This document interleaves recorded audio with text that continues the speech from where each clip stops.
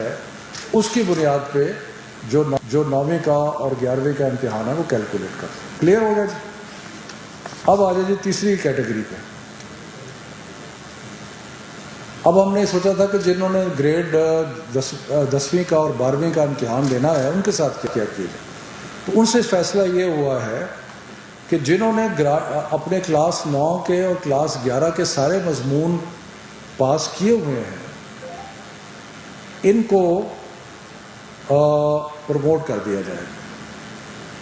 جنہوں نے اپنے 9ویں کے اور 11ویں کے جنہوں نے اپنے 9ویں کے اور 11ویں کے سارے امتحانات جو ہیں وہ سارے سبجیکٹ جو ہیں وہ کلیئر ہیں ان کو 9ویں اور 11ویں کی پرفارمنس کی بنیاد پہ جج کیا جائے.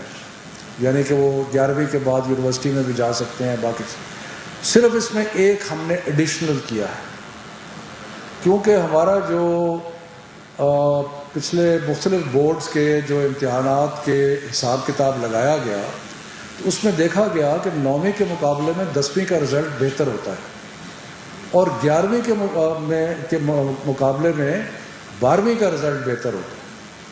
تو اس لیے ہمیں وہ ایک پورا اسٹیٹسٹیکل فارمولا اپلائی کر کے اور اس میں یہ فیصلہ کیا گیا کہ جن کو 9ویں اور 11ویں کی بنیاد پہ پروموٹ کیا جا رہا ہے ان کے نمبروں میں 3% اضافہ کر دیا جائے. اور یہ جو 3% اضافہ ہے یہ پرانے امتحانات کے سارے جو حساب کتاب لگا کے اس میں دیکھا گیا کہ یہ 3% اضافہ جو ہے یہ کنسسٹنٹ ہے اسٹیٹسٹک سے کہ 12ویں کا رزلٹ اور 10ویں کا رزلٹ 9ویں اور 11ویں کے مقابلے میں زیادہ بہتر ہوتا ہے. ٹھیک ہے جی.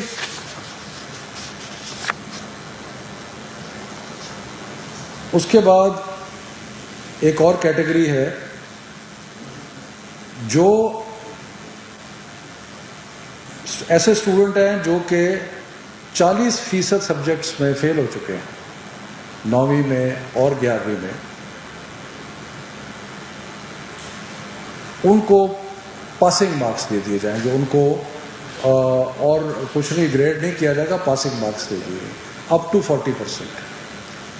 یعنی کہ جو ٹوٹل امتحان ہے اس کے 40% مضامین میں اگر کوئی فیل ہوتا ہے تو اس کو پاسنگ مارکس دے دیے جائیں گے 9ویں اور 11ویں کے بنیاد کے اوپر. اس کے بعد آ جاتی ہے جی کچھ کیٹیگریز رہ جاتی ہیں ایسی جو کہ اس سارے فارمولے میں فٹ نہیں کرتی. وہ کیٹیگریز کیا ہے؟ ایسے لوگ جو کہ اپنے 11ویں کے امتحان پہ سیٹسفائیڈ نہیں ہیں. وہ سمجھتے ہیں کہ اگر ہمیں موقع ملتا تو ہم 12ویں کے امتحان میں اپنی گریڈ کو مزید امپروو جو ہے وہ کر سکتے تھے. ایک کیٹیگری یہ ہوگی. دوسری کیٹیگری یہ تھی کہ جن لوگوں نے 11ویں کا امتحان نہیں دیا تھا لیکن وہ کمپوزٹ امتحان دے رہے تھے 12ویں کا اور ان کے پاس 11ویں کا رزلٹ ریلائی کرنے کے لیے نہیں ہے. یہ دوسری کیٹیگری ہوگی. تیسری کیٹیگری وہ تھی جو چند مضامین میں امتحان دینا چاہتے تھے. مثلا کئی لوگ ہیں جو میڈیکل سے انجینئرنگ میں آ کے میتھمیٹکس کے امتحان دینا چاہتے ہیں اور وہ سارا امتحان نہیں لے رہے تھے, وہ چند مضامین میں امتحان لے رہے تھے.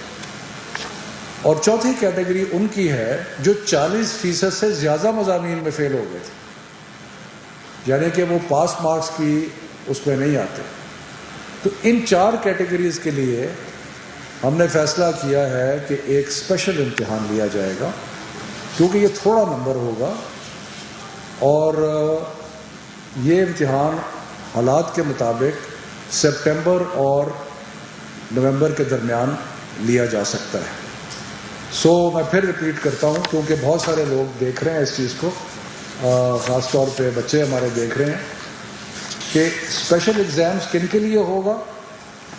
نمبر 1 جو اپنے گریڈ جو ان کا کلاس 11 کا رزلٹ ہے جس کی بنیاد پہ ان کو یونیورسٹی میں جانا ہے اور باقی کیونکہ 12ویں کا امتحان نہیں ہو رہا تو ان کو اگر وہ سیٹسفائیڈ نہیں ہے تو ان کو موقع ملے گا کہ وہ ایک اور امتحان میں بیٹھ سکے. لیکن یہ تھوڑی کیٹیگری ہوگی, تھوڑے لوگ ہوں گے.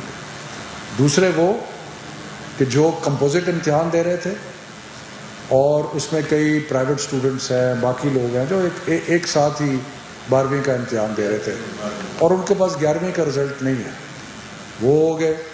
تیسرا کہ جو چند سبجیکٹس کا امتحان دے رہے تھے, اور چوتھا وہ کہ جو 40% سے بھی زیادہ فیل ہو گئے تھے, تو اس میں ان کو ایک موقع دیا جائے گا. اس کے بعد جو امتحان کا ٹرانسکرپٹ ہوگا 12ویں کا, اس میں ٹوٹل نمبر دیے جائیں گے. اس میں سبجیکٹ وائز ٹرانسکرپٹ نہیں ہوگا, سبجیکٹ وائز ٹرانسکرپٹ نہیں ہوگا.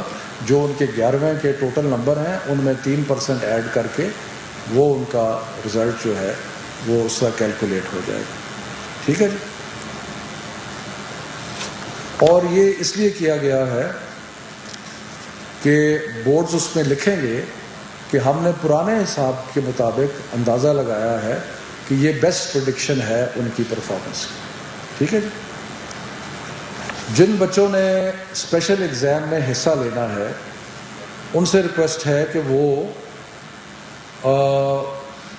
1 جولائی تک انڈیکیٹ کر دیں اپنے اپنے بورڈز کو کہ ہم اسپیشل امتحان دینا چاہتے ہیں.